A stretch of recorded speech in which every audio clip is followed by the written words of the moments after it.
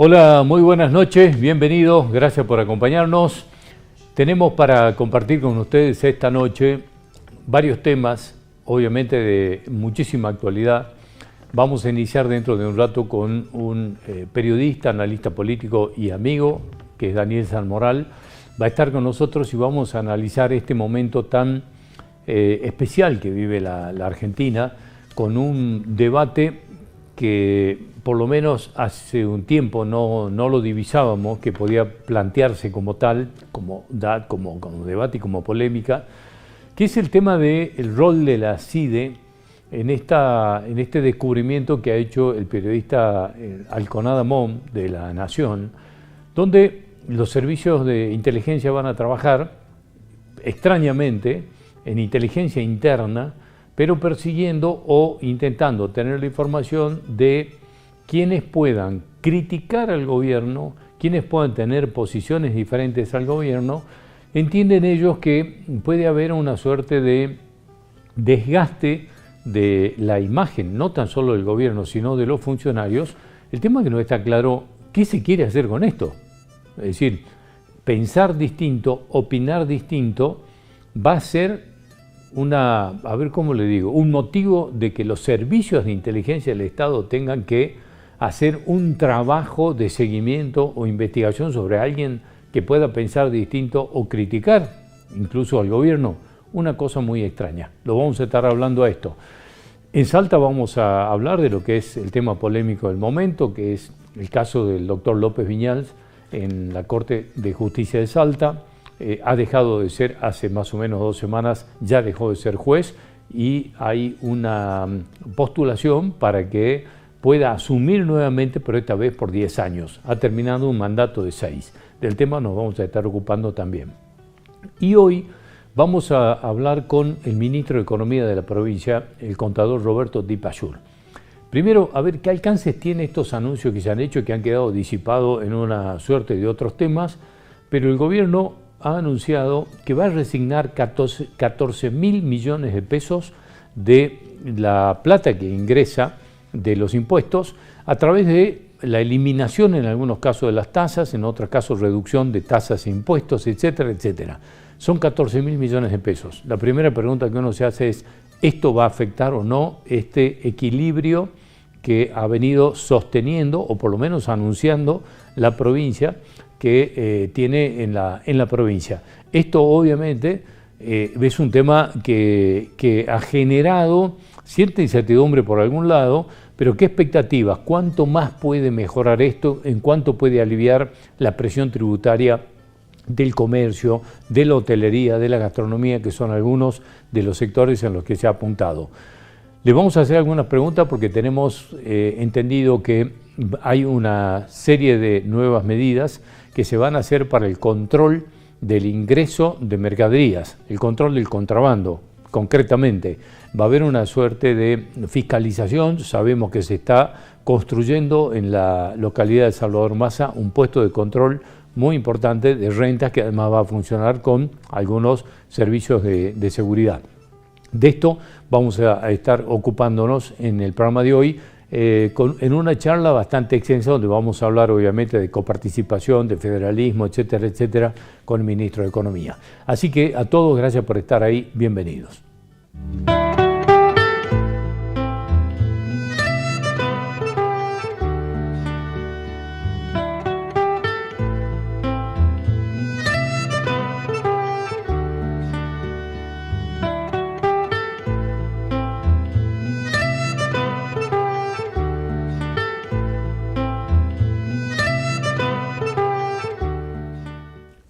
Les decía que quería charlar hoy con Daniel Salmoral, un muy querido amigo, periodista y analista político, porque me parece siempre importante ver cómo en estas perspectivas que sabe él ponerle a muchas de las cosas, está viendo este tiempo tan convulsionado, tan tenso de la institucionalidad argentina, de lo que se está hablando. Hemos escuchado incluso al mismo presidente de la Nación hablar de ñoños republicanos, es decir, hablar despectivamente de quienes sostienen que hay que cuidar las instituciones de la República. Es eso en síntesis. Yo desde ahí disparo y partimos con algunos de los temas que tenemos, así que hermano, gracias por estar aquí, como siempre. El placer. Sabe que siempre es un gusto enorme compartir con vos, hermano querido. Bueno, ¿cómo estás viendo esto? Yo me acordé de vos hace no mucho porque me acuerdo que cuando cumplió 40 años la democracia, te invité, estuvimos hablando de los 40 años y decíamos, ¿qué deudas tiene la democracia? Y el tema es si las deudas se van aumentando, porque parecería que estamos entrando en un terreno pantanoso.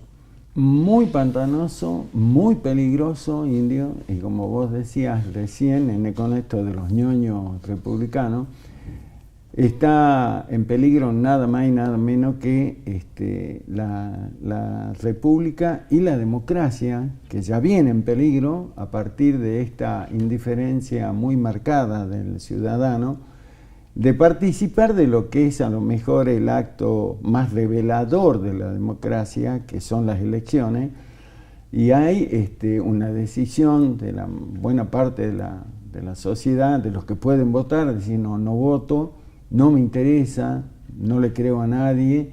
Bueno, ahí ya estamos poniendo en riesgo el sistema democrático, pero con esto a lo que hacemos referencia, o vamos a hablar ahora, ya está en riesgo la República. Yo te voy a recordar algo, voy a la audiencia, obviamente. Cuando asume Raúl Alfonsín en la democracia recuperada allá en el 83, una de las primeras medidas que él toma como presidente ya constitucional es primero este tema de que el ejército, las Fuerzas Armadas, no iban a poder actuar en conflictos internos, ¿no? Inmediatamente manda un proyecto de ley, lo aprueban, diciendo que el ejército no tenía nada que hacer adentro de la frontera del país, que para eso estaban las fuerzas interiores, digamos, las policías, la Policía Federal, las policías provinciales. Y el otro tema es que hace referencia a que tampoco los servicios de inteligencia, que entre paréntesis, digamos Indio, los servicios de inteligencia es un tema que en 42 años de democracia, un poquito más, 40 años, qué sé yo, jamás la democracia se ocupó de darle un marco concreto al cómo deben actuar los servicios de inteligencia del Estado. El tema del espionaje nunca como se dice, se agarró el toro por las astas y se dijo, esta es la función, esta es la tarea. Pero Alfonsín, digamos, lo primero que dice, se acabó el espionaje interno.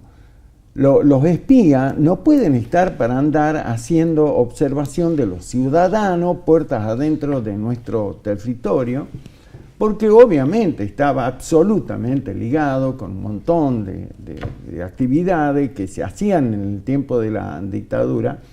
Hay una película que se la hace después de la democracia recuperada, y donde el protagonista es fantástico, uno de los más fantásticos actores, que es Beto Brandoni, con creo que no me acuerdo la protagonista, bueno, donde el tipo siente una persecuta total. ¿Por qué? Porque él observa o intuye que hay un montón de agentes de espionaje, policía no lo identifica mucho, pero que lo siguen, lo persiguen de manera permanente.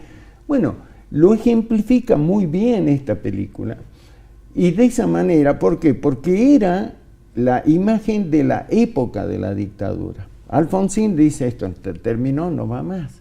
Y a partir de ahí es como que cesó ese tema. Nosotros como periodistas sabemos, Indio, que siempre estamos observados y todo lo demás, pero habían bajado los decibeles hasta que ahora otra vez se lo vuelve a poner en el tapete al tema. Creo que en algún momento apareció, después de muchísimo tiempo, con el asesinato de Nisman. Bueno. Ahí eclosiona como que aquí había digamos, claros indicios de que había operaciones internas de los servicios de inteligencia. De los servicios, la figura muy controvertida de Estiuso, que es uno de los paladines o de los que están ahí arriba de la cosa. Lo cierto es que yo considero que es muy peligroso, pero yo quiero que hagamos esta aclaración a la audiencia.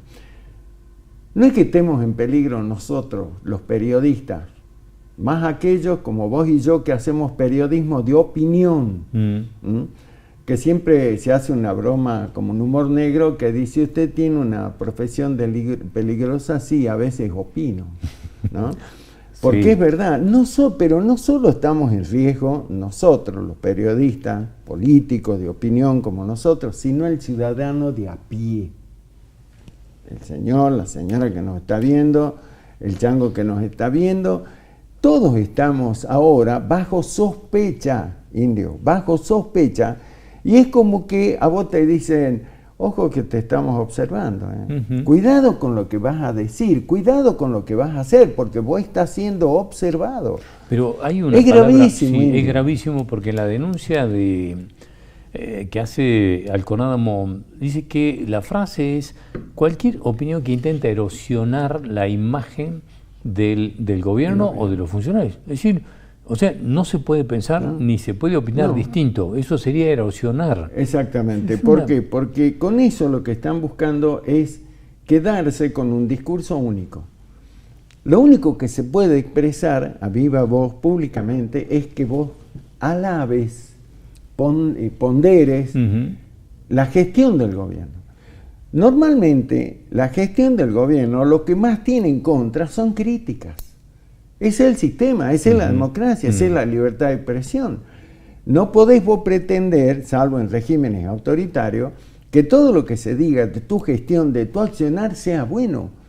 O normalmente los gobiernos son criticados, pero por excelencia vos tenés un núcleo pequeño que puede decir que está a favor, la mayoría dice que están en contra, algunos con más fundamento que otros, pero normalmente es así y así debe ser, porque eso significa la libertad de expresión. Acá lo que yo veo con mucha preocupación, con mucho miedo, es que lo que se está buscando es instalar un relato único, un relato a favor del gobierno y con una intolerancia absoluta hacia todo lo que no tenga que ver con eso. Intolerancia que se expresa en una manera, pero brutal, con lo que pasó en el Te Deum, el otro día en la capital, en la Catedral Metropolitana, donde el presidente de la República, sabemos que tiene una diferencia, no sé si personal o político, de las dos con la vicepresidenta, pero lo que le hace al jefe de gobierno de la Cava, a Jorge Macri, delante de las cámaras del mundo, es terrible. Eso está marcando que el que gobierna este país es una persona que se considera que él es el único que tiene la razón absolutamente en todo, no acepta ningún disenso de ninguna naturaleza, y si vos osás no seguirle lo que él piensa y sufrir estas consecuencias, que yo creo que es el anuncio de lo que puede venir, que es lo más grave. Porque da la sensación, y después de lo que es el episodio de Darín, que es un episodio menor, pero ¿cómo es posible que un actor reconocido, prestigioso, que por haber opinado de que se puede coincidir o no con él, que el precio de la empanada es cara, le salga a contestar el ministro de Economía y después un ejército de troll a despedazarlo? Digamos, acá hay cosas extrañas. Pero es que se va a ir de a poco. Por eso, mira vos, toman como ejemplo, el presidente la toma la vice, lo toma el jefe de gobierno de la capital de la República, y después, como bien decís, el ministro de Economía de la Nación, que se supone que debe estar preocupado por otras cuestiones, le sale a hacer un ataque de una manera muy, muy dura, digamos, muy tampoco despectiva y demás, a una figura pública como la de Darín, que vos podés, a lo mejor yo ni sé cómo piensa políticamente Darín, su hermana sí, que murió, estaba muy identificada con el kirchnerismo, pero Ricardo Darín no, digamos, pero no importa, ponele vos que haya estado, No puede el ministro de Economía tratarlo de manera despectiva, peyorativa, tratando de hacer eso. Por eso yo lo que creo es que desde el más alto poder se va a instalar este tema indio, como diciendo, mira, el presidente tuvo un gesto con la vice, con el jefe de gobierno de Cava, el ministro de Economía con un actor muy, pero muy reconocido, popular, querido, como es Ricardo Darín. Entonces dice, ojo, que si lo hicimos con ellos, lo podemos hacer con vos también. Con cualquiera. Con cualquiera, por eso digo. Es decir, el mensaje es, ojo con la crítica. Ojo con lo que digan. O con pensar distinto. Pero por supuesto, pero lo que yo quiero dejar ahora, ya que me das esta oportunidad, hermano querido, es que quienes nos están escuchando, nos están mirando, entiendan que no es que nosotros estemos defendiendo lo nuestro, lo tuyo y lo mío, porque somos periodistas, porque somos analistas políticos. No, ojo, es contra todo. Sí. Hay también en otras épocas en el mundo, también se hablaba en algún momento de que era como que todos estamos en libertad condicional. Escucha esto, todos estamos en libertad condicional. Es como que a vos te dicen, bueno, vos tenés la libertad, pero ojo con lo que haces con tu libertad, porque si llegas a pasar algún límite que a mí no me gusta, la perdés. Porque en definitiva es eso, indio. Dani, no tengo mucho más tiempo, pero quiero que por favor no te vayas sin que me des una opinión rápida de cómo estás viendo toda esta enorme polémica que se ha generado en torno al doctor López Viñal con su postulación para volver a la Corte. Bueno, yo desde un principio creo que me hacía poco lo que fijamos nuestra mirada sobre esto, como simples ciudadanos. Bueno, a mí me parece que hay una equivocación en tratar de renovarle el acuerdo, ya está en el Senado, como vos lo decías, pero más allá de la postura o la posición política que tenga López Viñal, porque la tiene, como la tienen todos los ministros de la Corte, me parece porque a él, como en otras cosas, muchas veces no es idóneo para el cargo. Yo hablo de idoneidad de López Viñal. A mí no me importa si él es amigo de Juan Manuel, si es amigo de Juan Piluca, no me importa. Él demostró no tener idoneidad, y pongo un solo ejemplo y cierro. ¿Quién se hace cargo? Él es uno de los responsables de la condena del tema del crimen de la francesa, de Santos Clemente Vera, que estuvo más de 10 años en cana sin tener nada que ver. ¿No se va a hacer responsable él de eso? Me parece falta de idoneidad, y para mí con eso alcanza para que no le renueven el acuerdo. Como siempre, gracias por venir. Gracias a vos por invitarme. Un abrazo y un enorme gusto. Un gusto enorme. Lo mismo para mí, muchas gracias. Cuando volvamos vamos a estar hablando con el ministro de Economía de la provincia, el contador Roberto Tipayur.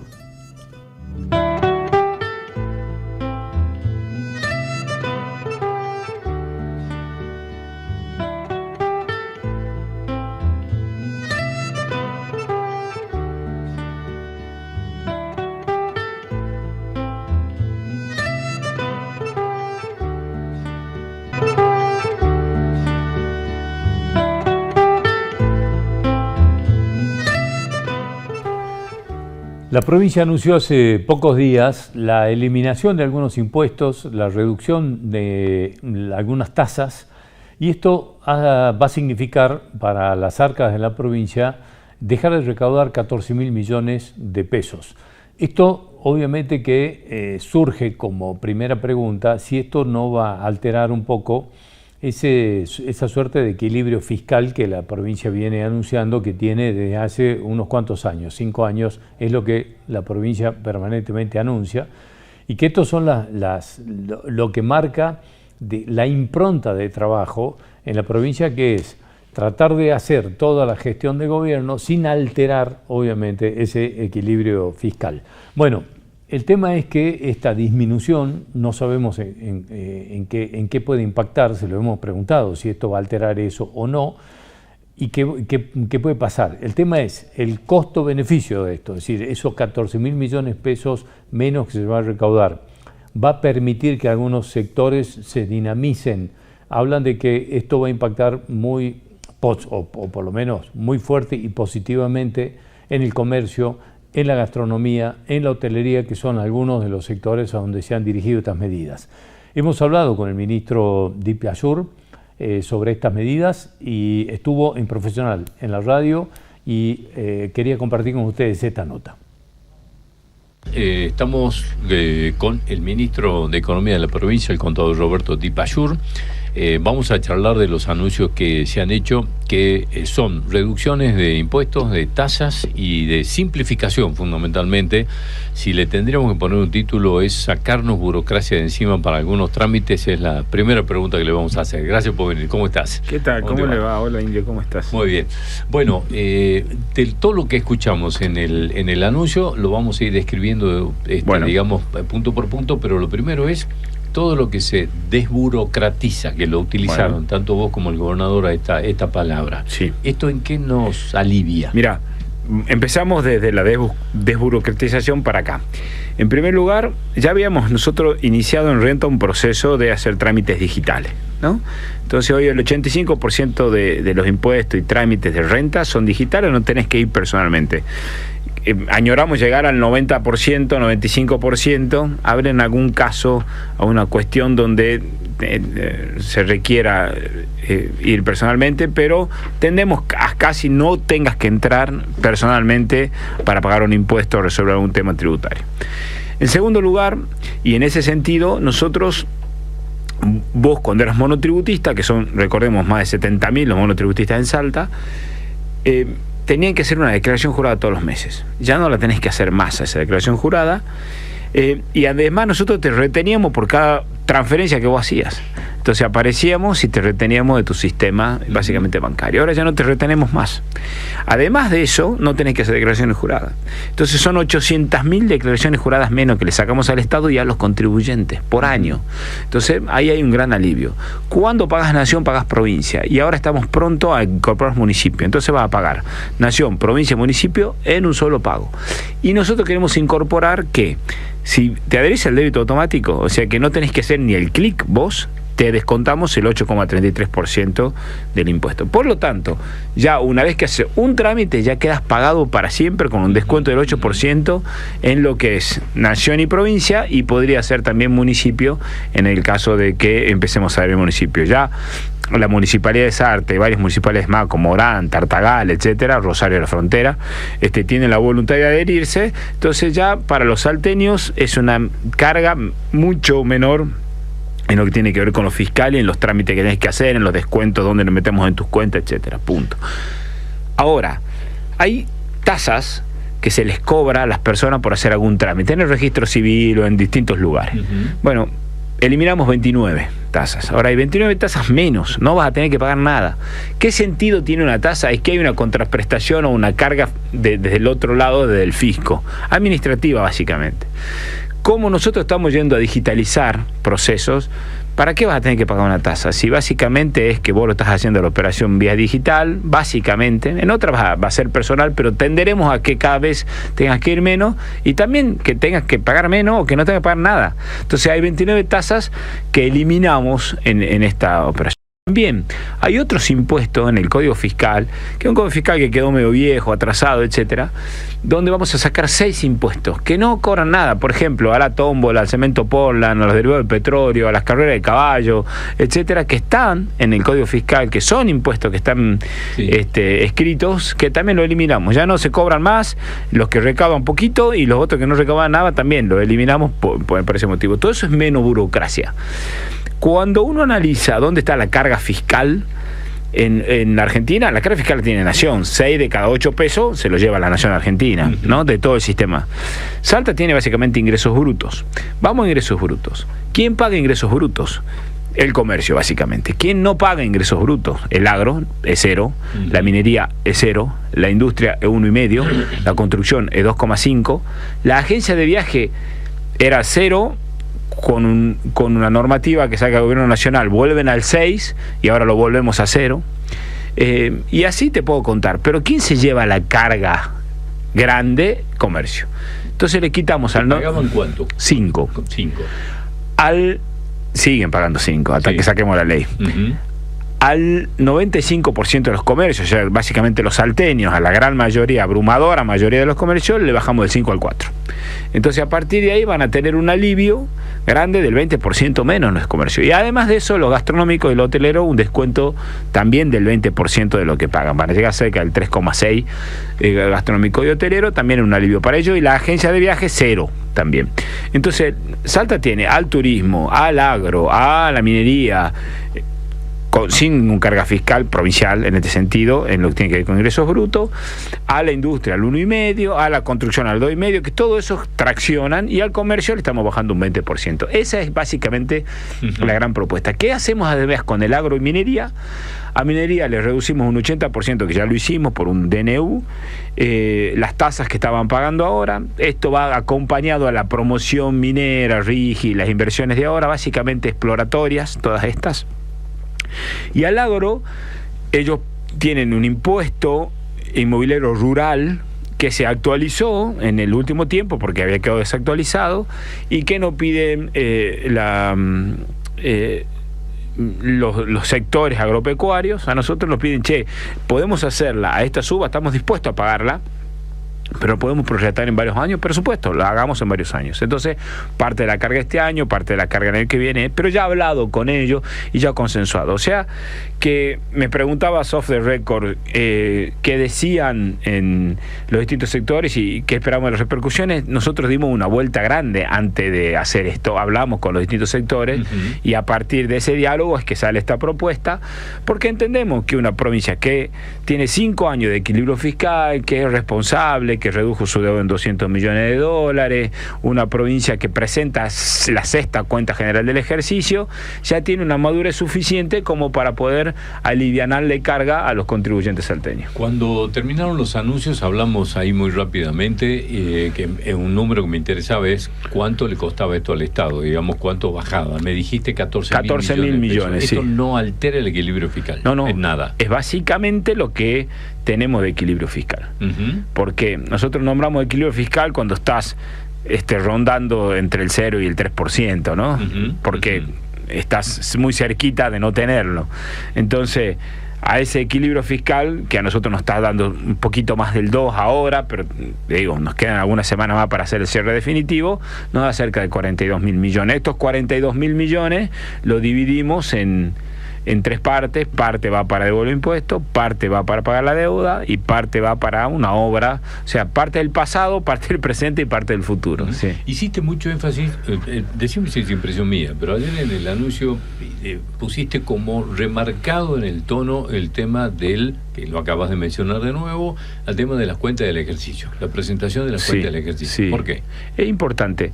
Porque es básico del sistema representativo republicano y federal que nosotros tenemos. Les recuerdo un poco, 1853, cuando nosotros creamos nuestra Constitución y establecemos cómo vamos a organizar este país, que se hace sin la Constitución, sin Buenos Aires, ¿no? Recordemos en aquel momento que después se suma a Buenos Aires. Nosotros decimos que va a ser nuestro régimen y nuestro sistema de gobierno representativo, porque gobernamos a través de nuestros representantes, elegimos diputados, senadores, y ellos tienen la voz del pueblo o del territorio donde pertenecen, sean diputados o senadores.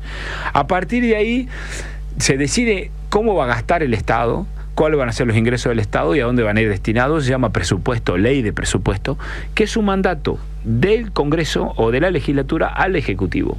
El Ejecutivo toma esa ley, es una ley, y tiene que cumplirla durante el ejercicio.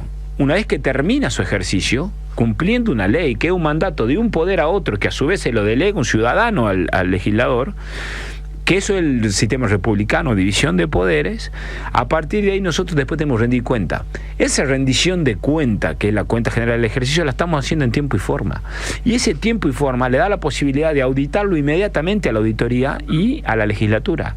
Entonces el 30 de junio de este año va a tener por 6ª vez la legislatura la cuenta general en sus manos. Inmediatamente. Y nosotros le estamos diciendo, con esta cuenta general, con el resultado de este año, te estamos diciendo que quedó este resultado, que fue trabajo de la eficiencia, trabajo de intentar hacer mejor las cosas. Siempre hay espacio para ir para adelante con la eficiencia. ¿Qué vamos a hacer con esto? Y esto es la devolución de impuestos, esto es la obra, etcétera. Por lo tanto, si no tenemos presupuesto, no tenemos un mandato, pasa a ser todo dependiente del unipersonal del Ejecutivo, porque el Ejecutivo es unipersonal. Nosotros los ministros somos asistentes del gobernador. Y el gobernador tiene, nuestro gobernador, el sentido de la parte republicana muy bien marcada, por eso es que tenemos la ley y por eso es que cumplimos con la ley y por eso es que rendimos cuenta con respecto a esa ley, que es lo que estamos haciendo. Es una rendición de cuenta importante. Entonces viene a sostener este sistema y estamos sujetos obviamente a la auditoría y sujetos a la aprobación de la legislatura también. Dijiste federal también. Y federal, Háblate de lo federal. Y la parte federal es los 3 niveles de gobierno. El nivel nacional, el nivel provincial y el nivel municipal. Hay un ejecutivo nacional, hay 23 ejecutivos provinciales, más Ciudad de Buenos Aires, y hay 2.000 ejecutivos municipales, un poquito más de 2.000.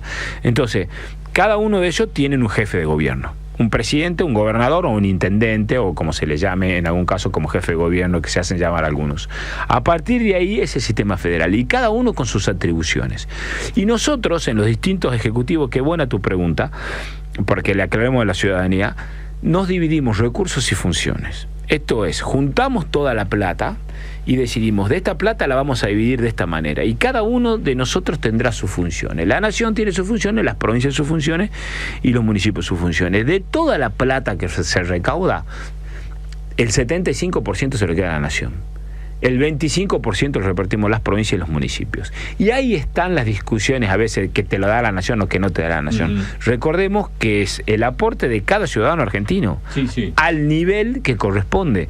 Ahora, por eso es que son las discusiones a quién le compete arreglar esta ruta, a quién le compete pagarle a un maestro o a quién le compete el alumbrado, barrio y limpieza. Bueno, hay dos cosas que ayer... porque ocurrió una cosa interesante ayer, casi en simultáneo, ustedes anunciaban esto. Sí, fue una coincidencia, fue una coincidencia. Y en Buenos Aires se anunciaba, digamos, lo de los dólares del colchón, como ya se lo ha denominado.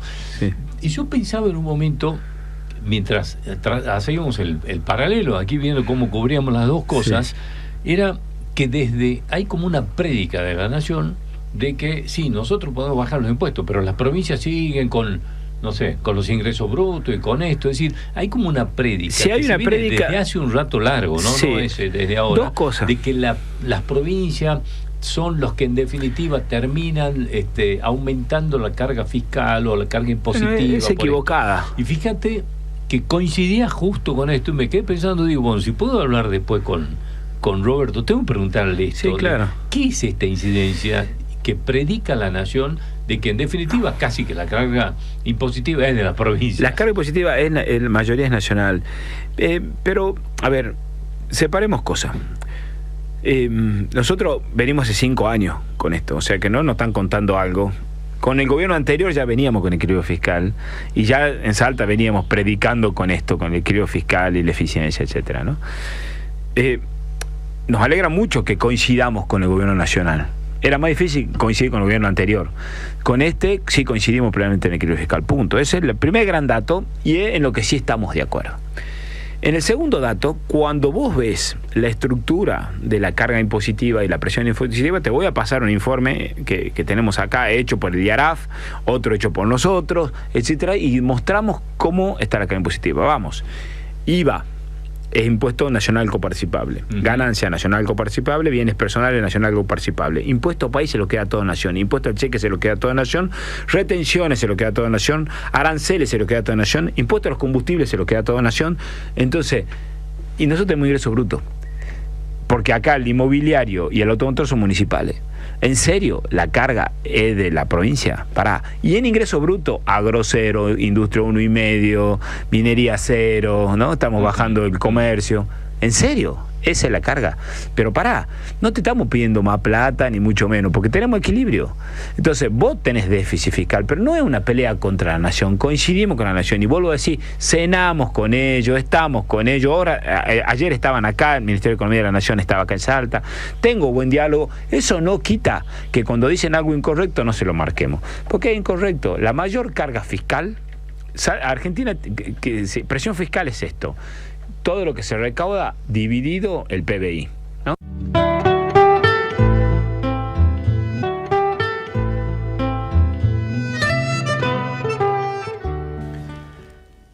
En en la continuidad de la entrevista con el ministro de Economía, Deepak Ahuja, le hemos preguntado por algunas medidas que han trascendido, que se van a tomar de controles, fundamentalmente de las cargas que ingresen a la provincia.